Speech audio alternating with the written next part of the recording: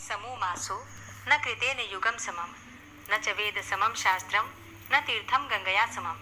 अर्थात माधव मास यानी कि वैशाख मास के समान कोई मास नहीं है, सतयुग के समान कोई युग नहीं है, वेदों के समान कोई शास्त्र नहीं है और गंगा जी के समान कोई तीर्थ भी नहीं है। हरे कृष्णा। आज की कथा में आप सभी भक्तों का हार्दिक स्वागत है। भगवान श्री कृष्ण और श्रीमती राधा रानी की कृपा सदैव आप और आपके समस्त परिवार पर बनी रहे। 12 अप्रैल 2025 चैत्र मास की पूर्णिमा है आज, और आज से प्रारंभ हो रहा है वैशाख मास का स्नान। बहुत से भक्त हैं जो कि व्रत धारण करते हैं और कई भक्त हैं जो कि व्रत नहीं भी कर पाते हैं। तो भी कोई बात नहीं, आप अपनी इच्छा के अनुसार बिना व्रत किए भी स्नान कर सकते हैं, जैसे कि वैशाख मास का स्नान कर सकते हैं।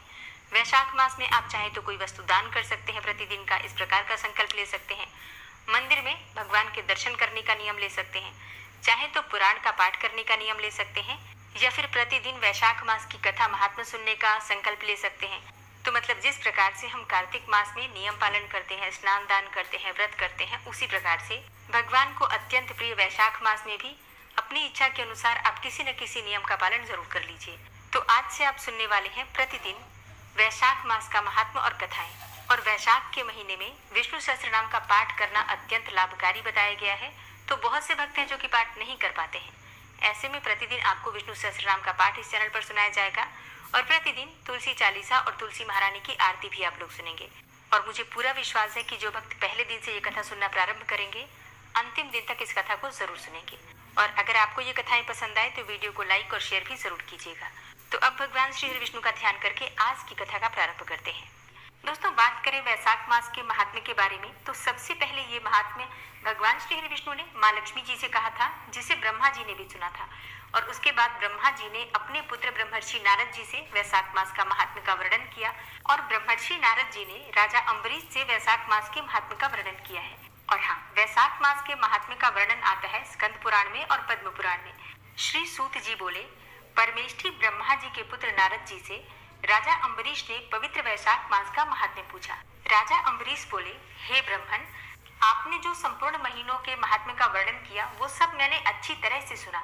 सभी महीनों में वैशाख मास ही श्रेष्ठ है, अतः वैशाख मास का महात्म्य विस्तार से कहिए, मुझे सुनने की प्रबल इच्छा है। यह मास भगवान विष्णु को इतना प्रिय क्यों है? इस महीने में कौन कौन से धर्म कार्य उन्हें क्यों प्रिय है? वैशाख मास में क्या दान करना चाहिए, उसका क्या फल प्राप्त होता है? ये सब कार्य किस देवता को प्रसन्न करने के लिए करने चाहिए, और इस मास में करने योग्य काम क्या है? कौन से कार्य भगवान विष्णु को प्रिय है? इसमें क्या दान करने से किस चीज की प्राप्ति होती है, किस फल की प्राप्ति होती है, और उसका उद्देश्य क्या होता है? इस मास में किन किन वस्तुओं से भगवत का पूजन करना चाहिए? हे नारद जी, यह सब मुझे विस्तार पूर्वक सुनाइए, मैं श्रद्धा से सुनूंगा। राजा अम्बरीश की बात सुनकर ब्रह्मर्षि नारद जी मुस्कुराते हुए बोले, हे राजन, सभी महीनों का महात्म्य पहले विष्णु जी ने लक्ष्मी जी से किया था, जो मुझसे ब्रह्मा जी ने कहा है। सब महीनों में कार्तिक, माघ और वैशाख मास श्रेष्ठ है। इन तीनों में भी वैशाख मास सबसे श्रेष्ठ माना गया है। यह महीना माता के समान सब जीवों को अभिष्ट फल देने वाला है। इस महीने में दान, यज्ञ, व्रत और स्नान करने से सब पापों का नाश हो जाता है। यह महीना धर्म, कर्म, यज्ञ और तप का सार है। इसकी देवता भी प्रशंसा करते हैं। यह मास विद्याओं में वेद विद्या के समान, मंत्रों में प्रणव के समान, वृक्षों में कल्प वृक्ष के समान, गौओं में कामधेनु के समान, नागों में शेषनाग के समान, पक्षियों में गरुण के समान है, देवों में विष्णु, वर्णों में ब्राह्मण, प्रिय वस्तुओं में प्राण और मित्रों में भार्या के समान है, नदियों में गंगा के समान, तेजस्वियों में सूर्य के समान, शस्त्रों में चक्र के समान, धातुओं में सुवर्ण के समान, वैष्णवों में शिव जी के समान, और रत्नों में कौस्तुभ मणि तुल्य धर्म के लिए सबसे उत्तम मास है। इस मास के समान विष्णु भक्ति उत्पन्न कराने वाला और कोई दूसरा महीना नहीं है। मेष की संक्रांति वैशाख मास में सूर्योदय से पहले जो मनुष्य स्नान करता है, उससे विष्णु भगवान लक्ष्मी जी सहित अत्यंत प्रसन्न होते हैं।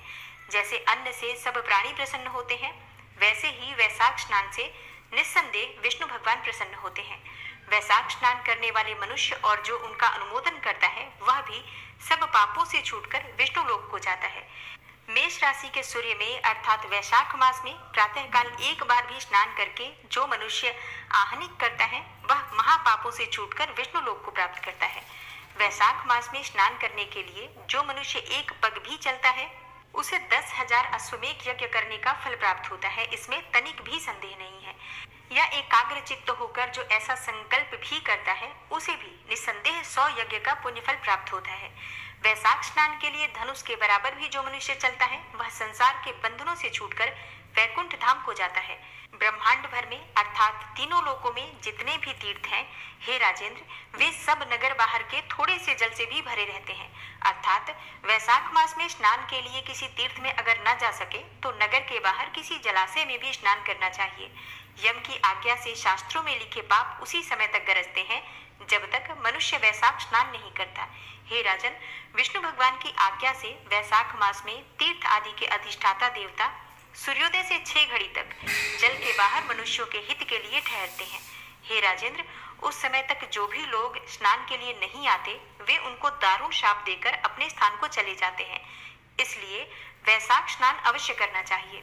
नारद जी बोले, हे राजन, वैशाख के समान कोई दूसरा महीना नहीं, सतयुग के समान दूसरा कोई युग नहीं है, वेद के समान शास्त्र नहीं है, गंगा जी के जैसा कोई तीर्थ नहीं है, जलदान के समान दूसरा कोई दान नहीं है और भार्या के समान दूसरा कोई सुख नहीं है, खेती जैसा कोई धन नहीं है और जीवन के समान कोई दूसरा लाभ नहीं है, उपवास जैसा दूसरा कोई तप नहीं है, दान जैसा सुख और दया के समान दूसरा कोई धर्म नहीं है तथा नेत्रों के समान कोई ज्योति नहीं है, भोजन के समान कोई तृप्ति नहीं है, खेती के समान कोई व्यापार नहीं है और धर्म के समान कोई हितकारी मित्र नहीं है और सत्य के समान कोई यश नहीं है, आरोग्य के समान कोई हर्ष नहीं है, केशव के समान कोई रक्षक नहीं है और माधव के तुल्य संसार में कोई पवित्र नहीं है। ऐसा ही परम उत्तम वैशाख मास से शाही भगवान को सदा प्यारा है। भगवान के प्यारे इस महीने को जो लोग बिना व्रत किए व्यतीत कर देते हैं वह धर्महीन होकर शीघ्र ही पशु योनि पाते हैं। ऐसे मनुष्यों का कुआं बावड़ी बनवाना, बगीचा लगवाना आदि सब धर्म व्यर्थ है, उनका कुछ फल प्राप्त नहीं होता। जो मनुष्य वैशाख मास में नियम पूर्वक भोजन आदि करते हैं वे विष्णु भगवान की सायुज्य मुक्ति को अवश्य प्राप्त होते हैं, इसमें तनिक भी संदेह नहीं। संसार में अनेकों प्रकार के दान और व्रत हैं, परंतु उनके करने से शरीर को अत्यंत परिश्रम होता है, उनसे संसार में बार बार जन्म लेना पड़ता है। परंतु वैशाख मास में केवल स्नान कर लेने से ही प्राणी आवागमन से छूट जाता है। सब दान करने से जो पुण्य फल प्राप्त होता है, संपूर्ण तीर्थों में स्नान करने से जो फल मिलता है, वह सब वैशाख मास में केवल जल दान करने से ही प्राप्त हो जाता है। जिसमें जल दान करने की सामर्थ्य न हो वे ऐश्वर्य की इच्छा करने वाले दूसरों से कहकर जल दान करावें, यह कर्म भी सब दानों से अधिक है। तराजू के पलड़े में अगर सब प्रकार के दान रखे जाएं और दूसरी तरफ जल दान रखा जाए तो तोला जाए तो जल दान ही भारी निकलेगा। जो मनुष्य यात्रियों के लिए प्याऊ लगाकर जल दान करता है वह अपने करोड़ों कुलों का उद्धार करके विष्णु लोक को जाता है। हे राजन, प्याऊ लगाने से देवता, पितर और ऋषि सब निसंदेह अत्यंत प्रसन्न होते हैं। जो प्याऊ लगाकर थके हुए यात्रियों को संतुष्ट करता है उससे ब्रह्मा, विष्णु और शिव सब देवता प्रसन्न होते हैं। जो जल की इच्छा करे उसे जल का दान करे, छाया की इच्छा करने वाले को छतरी का दान करना चाहिए और हे राजन, जो विजन की इच्छा रखता हो वैशाख मास में उसे पंखा दान करे। जितने दान बताए गए हैं उनमें जल दान, छत्र दान और पंखा दान सब में उत्तम है। इन्हीं का दान वैशाख मास में अवश्य करना चाहिए।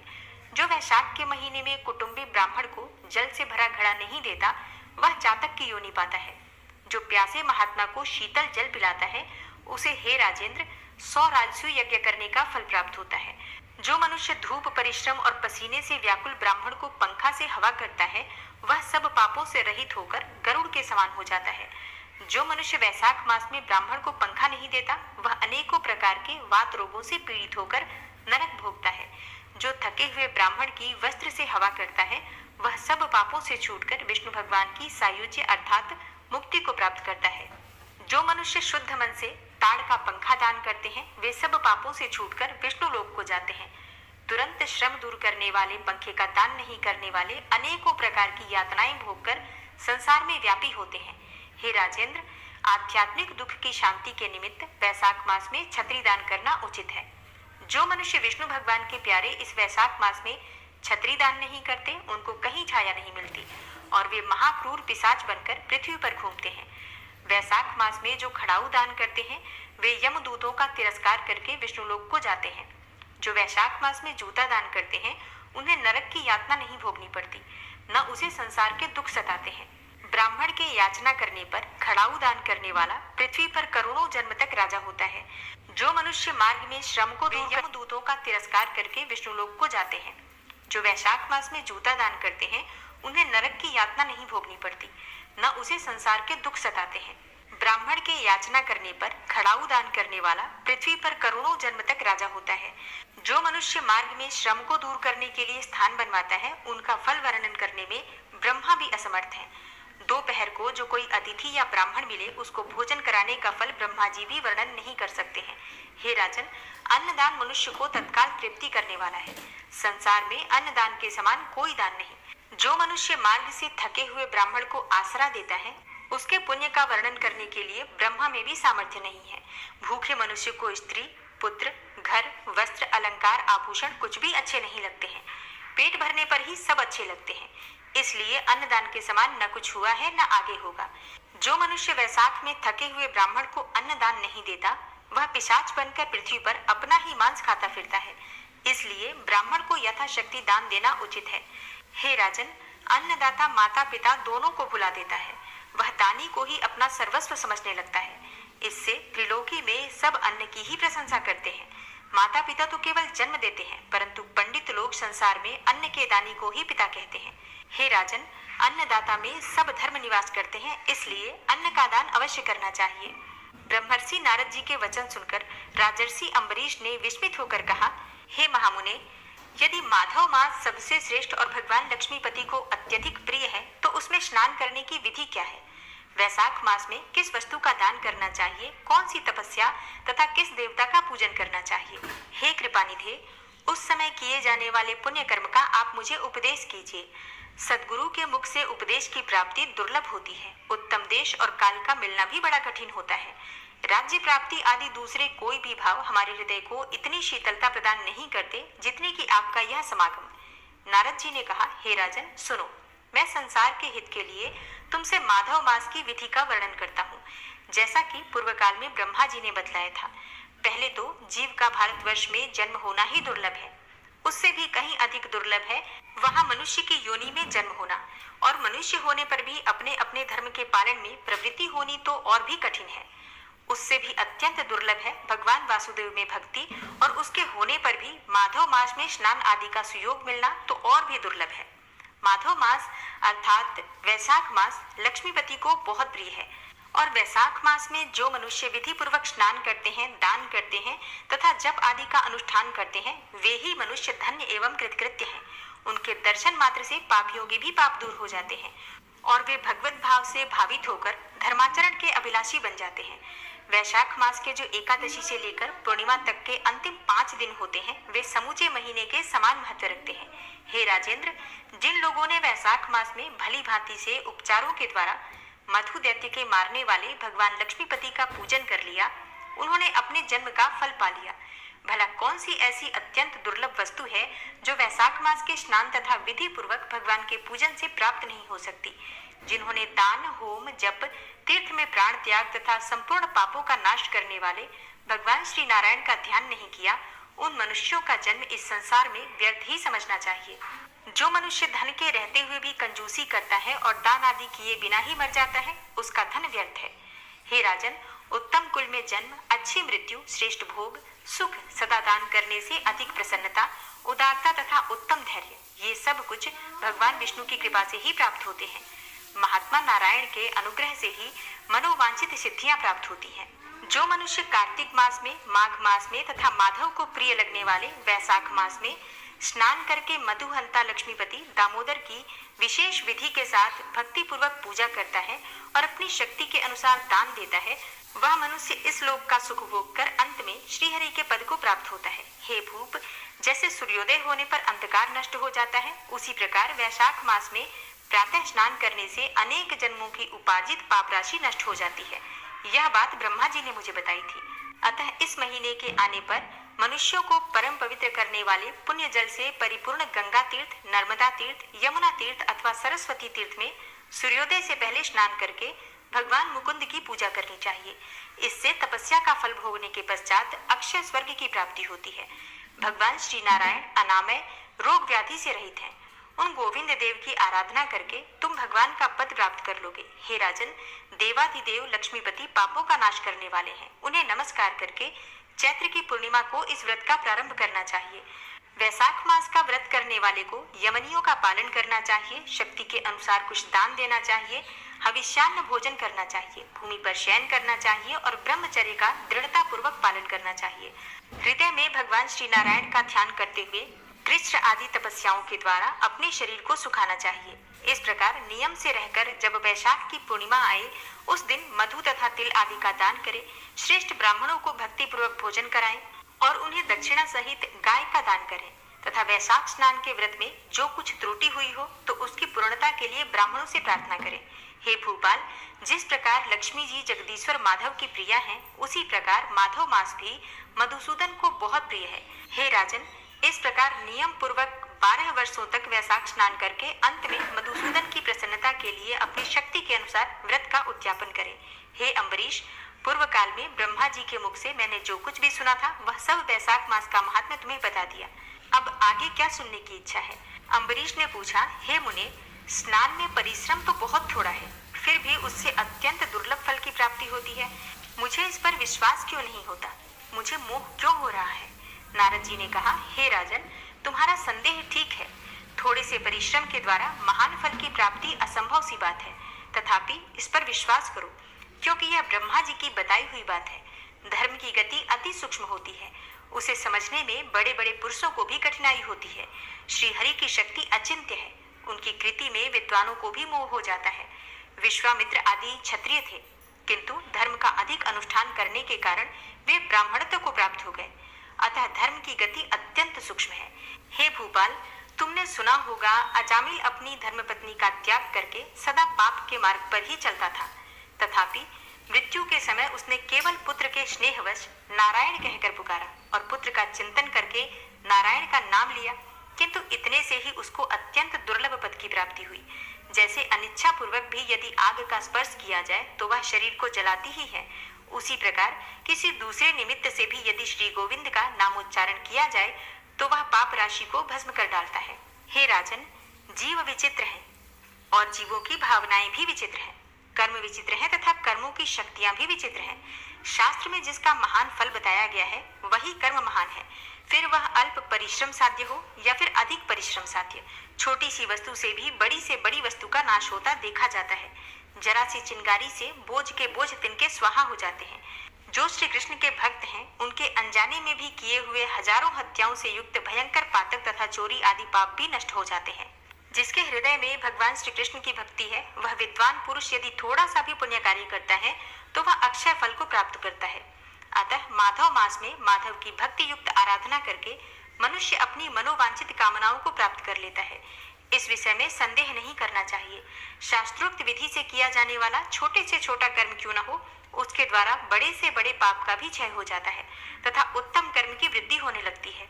हे राजन, भाव तथा भक्ति दोनों की अधिकता से ही फल में अधिकता होती है।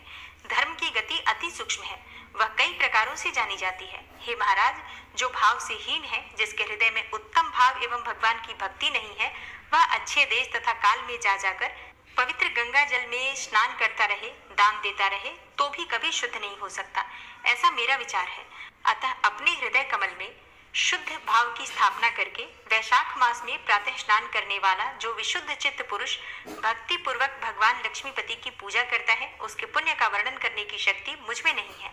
अतः हे भूपाल, तुम वैशाख मास के फल के विषय में विश्वास करो। छोटा सा शुभ कर्म भी सैकड़ों पाप कर्मों का नाश करने वाला होता है। जैसे हरि नाम के भय से राशि राशि पाप नष्ट हो जाते हैं, उसी प्रकार सूर्य के मेष राशि पर स्थित होने के समय प्रातः स्नान करने से तथा तीर्थ में भगवान की स्तुति करने से भी समस्त पापों का नाश हो जाता है। जिस प्रकार गरुड़ के तेज से सांप भाग जाते हैं, उसी प्रकार प्रातः काल वैशाख स्नान करने से पाप पलायन कर जाते हैं। यह निश्चित बात है।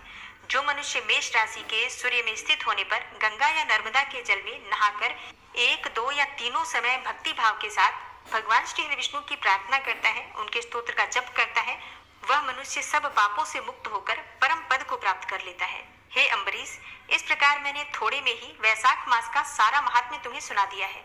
अब और क्या सुनना चाहते हो? ओम जय श्री हरि विष्णु। आज की कथा का यहीं पर समापन करते हैं और मिलते हैं फिर कल की कथा में।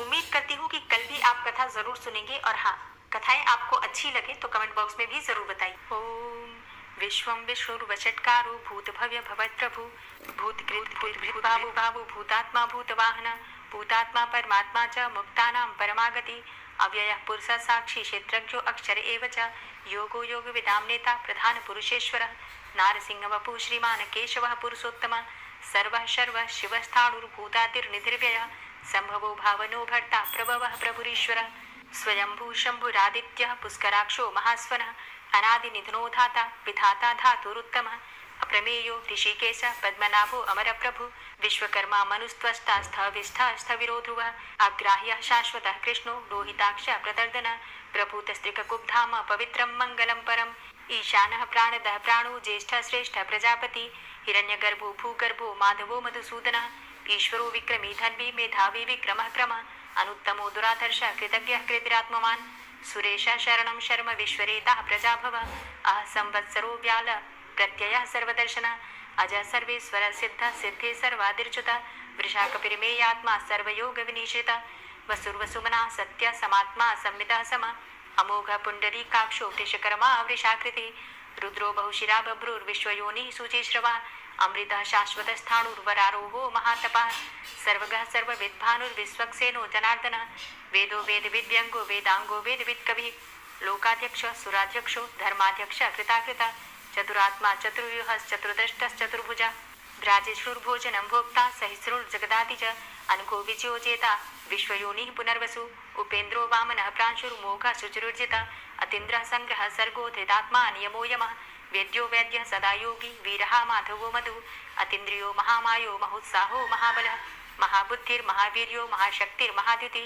अनिर्देश्य वपु श्रीमान् मेयात्मा महाधृतिर् महिश्वासो महिभर्ता श्रीनिवास सतां गति अनिरुद्ध सुरानंदो गोविंदो गोविंदांपति मरीचिर्दमनो हंस सुपर्णो भुजगोत्तम हिरण्यनाभ सुतपा पद्मनाभ प्रजापति अमृत्यु सर्वदिक्सिंह संधाता संधिमान स्थिर अजो दूर्मर्षण शास्ता विश्रुतात्मा सुरारिः गुरुर्गुर्तमोधाम सत्य सत्य पराक्रम निमिषो अनिमिषो श्रग्वी वाचस्पति रुदारधि अग्रणिर्ग्रामणी श्रीमान् न्यायो नेता समीरण सहस्रमूर्धा विश्वात्मा सहस्राक्ष सहस्रपात् आवर्तनो निवृत्तात्मा संवृता संप्रमर्दन असंवर्तको वह निर्निलोधरणीधर सुप्रसादः प्रसन्नात्मा विश्वदृक् विशुभुग् विभु सत्कर्ता सत्कृतः साधु जहनुर्नारायणो नरः असंख्येयो अप्रमेयात्मा विशिष्ट शिष्टकृच्छुवि सिद्धार्थ सिद्ध संकल्प सिद्धिद सिद्धि साधनः वृषाहि वृषभो विष्णुर्विष्पर्वा वृषोदरः वर्धनो वर्धमानश्च विविक्तः श्रुतिसागरः सुभुजो दूर्धरो वाग्मी महेन्द्रो वसुदो वसु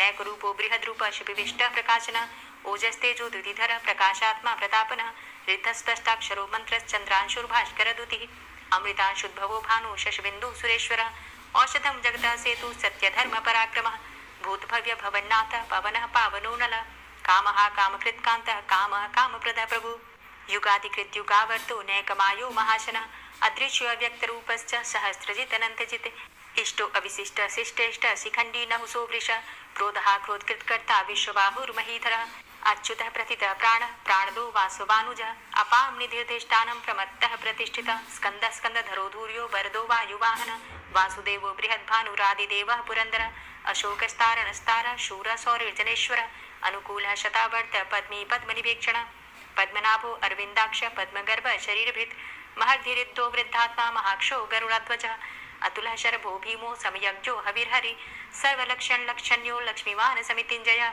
वीक्षरो रोहितो मार्गो हेतुर्दामोदरः सह महीधरो महाभागो वेगवान् मिताशनः उद्भवः शोभणो देव श्रीगर्भ परमेश्वर करणं कारणं कर्ता विकर्ता गहनो गुह व्यवसायो व्यवस्थान संस्थान स्थानदो ध्रुव परर्थी परमस्पस्तुष्ट पुष्ट सुभेक्षण रामो विरामो विरजो मार्गो नेयो नयोनयः वीर शक्तिमतां श्रेष्ठो धर्मो धर्मविदुत्तम वैकुंठ पुरुष प्राण प्राणदः प्रणव पृथु हिरण्यगर्भ शत्रुघ्नो व्याप्तो वायुरुधोक्षजः ऋतु सुदर्शनः कालः परमेष्ठी परिग्रह उग्रः संवत्सरो दक्षो विश्रामो विश्वदक्षिणः विस्तारः स्थावरस्थाणु प्रमाणं बीजमव्ययम् अर्थो अनर्थो महाकोशो महाभोगो महाधनः अनिर्विण्ण स्थविष्टभू धर्मयुपो महामख नक्षत्र निमिर नक्षत्री क्षमा छाम समीहन यज्ञ इज्जो महेज्यश्च क्रतु सत्रम सतां गति सर्वदर्शी विमुक्तात्मा सर्वज्ञो ज्ञानमुत्तमं सुव्रता सुमुखा सुष्मा सुघोषा सुखदा सुहृता मनोहरो जित्क्रोधो वीरबाहुर्विदारण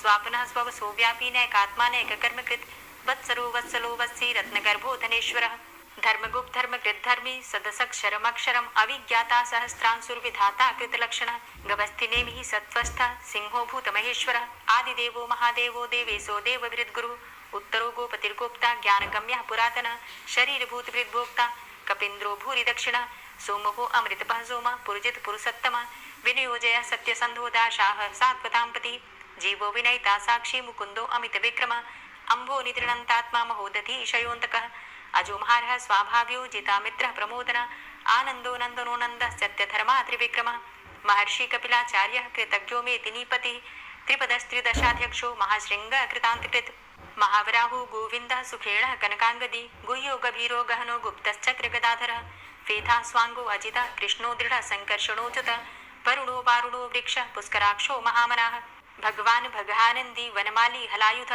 आदित्यो ज्योतिरादित्यः सहिष्णुर्गति सत्तमा सुधन्वा खंड परशुर दारुणो द्रविणप्रद दिविस्त्रिक्सर दृग्व्यासो वाचस्पतिर्योनिजः त्रिसामा सामगः साम निर्वाणं भेषजं भिषक् संन्यासकृच्छम शांतो निष्ठा शांतिः परायणं शुभांगः शांतिदस्रष्टा कुमुदः कुवलेशया गोहितो गोपतिर्गोप्ता वृषभाक्षो वृषाप्रिया अनिवर्ति निवृतात्मा संचेता चेमकृच्छिव श्रीवत्सवक्षा श्रीवास श्रीपति श्रीमतांबर श्रीदा श्रीश श्रीनिवास श्रीनिधि श्रीविभावन श्रीधर श्रीकर श्रेय श्रीमान लोकत्रयाश्रया स्वक्ष स्वंग शतानंदो नंदिर्ज्योतिर्गणेश्वर विजितात्मा विधेयात्मा सत्कीर्तिश्छिन्न संशय उदीर्ण सर्वतक्षसुर निशा शाश्वत स्थिर भूषयो भूषणो भूतिर्विशोक शोकनाशन अर्चिष्मान अर्चिता कुंभो विशुद्धात्मा विशोधन अनिरुद्धो अप्रतिरथ प्रद्युम्नो अमित विक्रम कालिनेमि निहावीर शौरी सूरजनेश्वर त्रिलोकात्मा त्रिलोकेशः केशवः केशिहारी कामदेवः कामपालः कामीकान्तः कृतागमः अनिर्देशव पुर्विष्णोर्वीरो अनंतो धनंजयः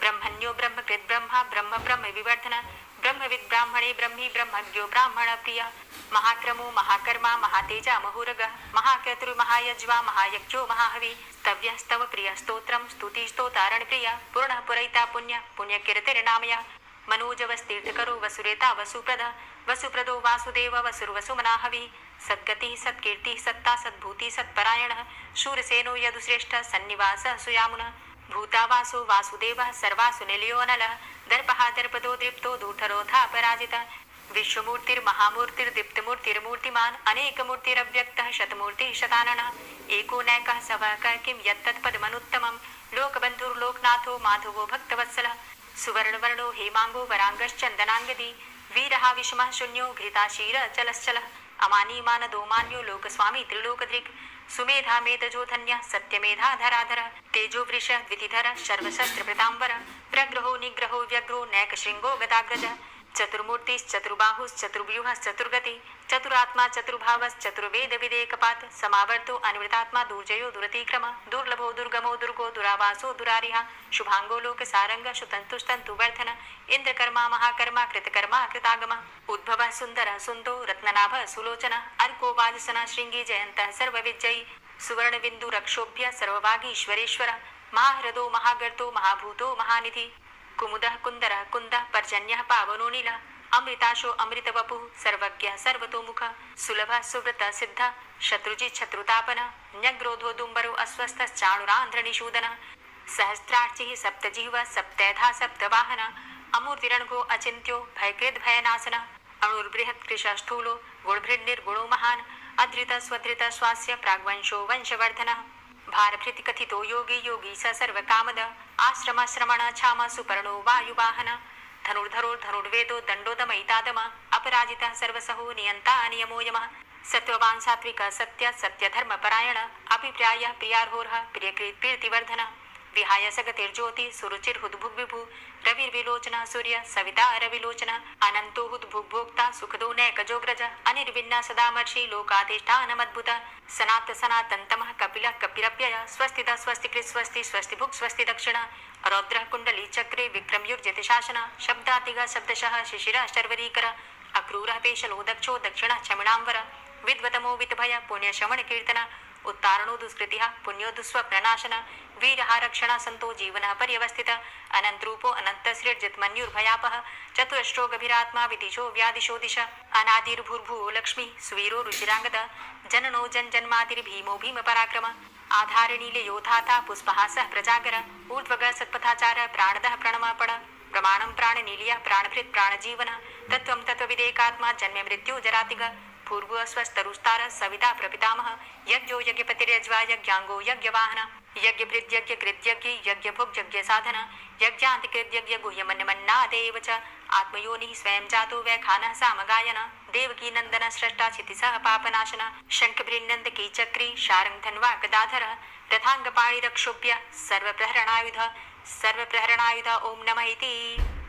और अब आप सुनेंगे श्री तुलसी चालीसा। श्री तुलसी महारानी करु विनय सिरनाय जो मम हो संकट विकट दीजे मात नशाय।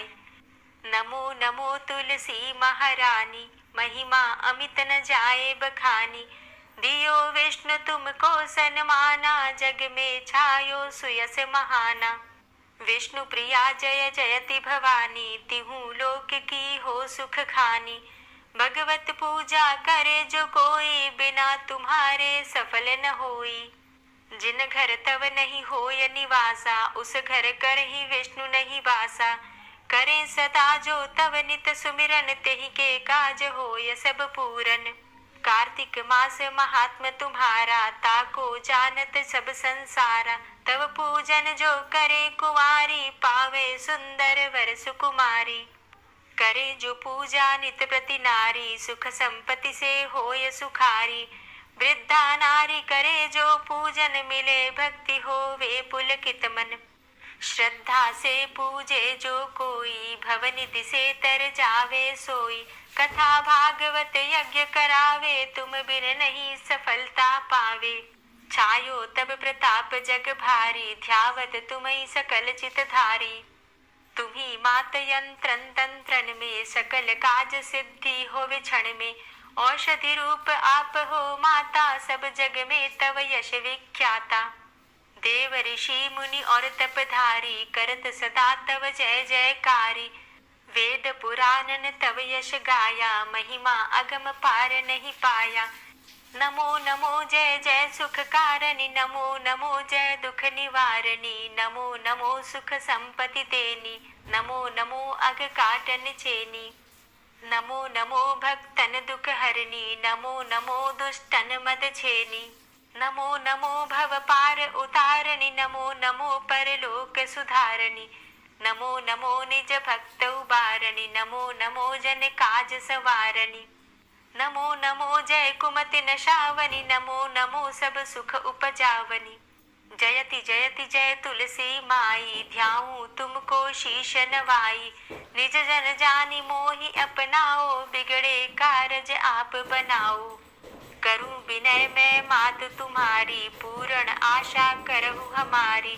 शरण चरण कर जोरी मनाऊं निश दिन तेरे ही गुण गाऊं।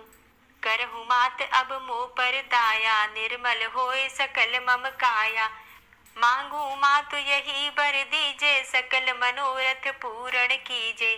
जानू नहीं कछु नेम आचारा क्षमहु मातु अपराध हमारा।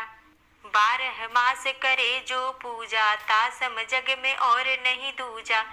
प्रथम ही गंगा जल मंगवावे फिर सुंदर स्नान करावे। चंदन अक्षत पुष्प चढ़ावे धूप दीप नैवेद्य लगावे। करे आचमन गंगा जल से ध्यान करे हृदय निर्मल करे। फिर चालीसा की स्तुति करे मात तुलसा की। यह विधि पूजा करे हमेशा ताके तन नहीं रहे कलेशा। करे मास कार्तिक का साधन सोवे नित पवित्र हुई जाहि। है यह कथा महासुखदाई पढ़े सुने सो भव तर जाई। यह श्री तुलसी चालीसा पाठ करे जो कोई। गोविंद सो फल पावही जो मन इच्छा होय। तुलसी चालीसा संपूर्ण। और अब आप सुनेंगे तुलसी महारानी की आरती। तुलसी महारानी नमो नमो हरि की पटरानी नमो नमो। तुलसी महारानी नमो नमो, हरि की पटरानी नमो नमो। धन्य तुलसी पूरण तप कीनो, धन्य तुलसी पूरण तप कीनो, शालिग्राम की बनी पटरानी नमो नमो। तुलसी महारानी नमो नमो, हरि की पटरानी नमो नमो।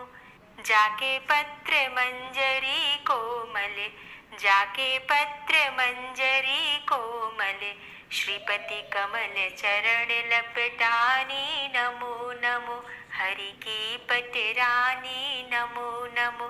तुलसी महारानी नमो नमो।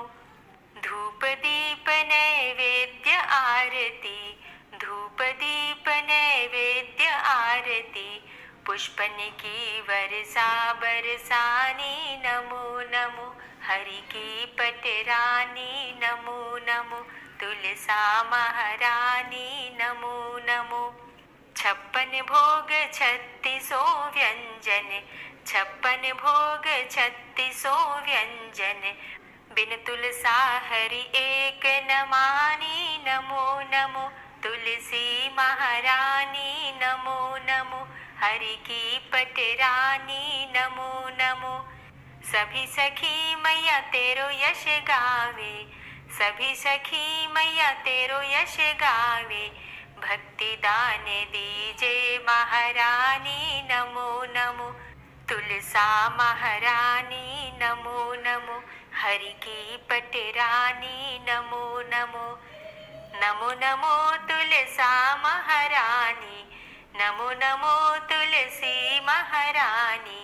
तुलसी महारानी नमो नमो, हरि की पटरानी नमो नमो।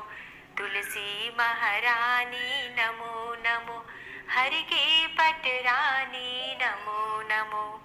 प्रेम से बोलिए तुलसी मैया की जय, तुलसी मैया की जय। तो दोस्तों, उम्मीद करती हूँ कि आज की कथा आपको जरूर पसंद आई होगी।